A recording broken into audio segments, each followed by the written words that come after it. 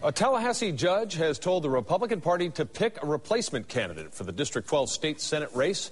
Her ruling comes after she threw Jim Norman off the ballot last week. Our chief investigator, Alan Cohn, broke this story of the Normans' undisclosed vacation home up in Arkansas and has been following it every step of the way. Brendan, early voting is already underway, and voters don't know who the Republican candidate is. And if that's not strange enough, there is at least the possibility the Republican Party can appoint Jim Norman as its candidate, even though the court has disqualified him once. Or the GOP can appoint Kevin Ambler, who lost to Norman in the primary and lost his spot to replace him in court. Tallahassee lawyers representing Jim Norman attempted to get Judge Jackie Fulford to stay her decision disqualifying him, pending their appeal to the appellate court.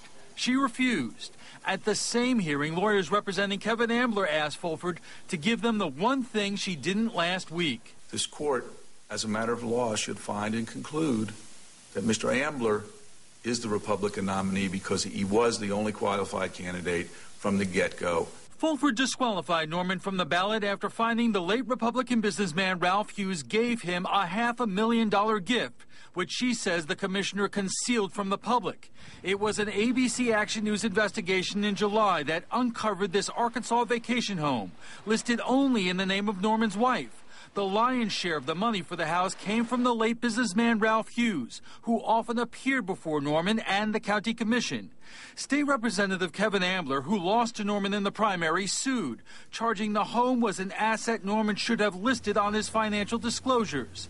With Judge Fulford denying Norman's request for a stay and Ambler's request to be named winner, elections officials in both Hillsborough and Pasco counties still don't know what to tell voters, except that a vote for Norman, whose name is still on the ballot, is a vote for whoever the GOP candidate will eventually be. Really, until I guess the appeal is finalized, completed, we're not going to really know who the real individual is who may be there, whether.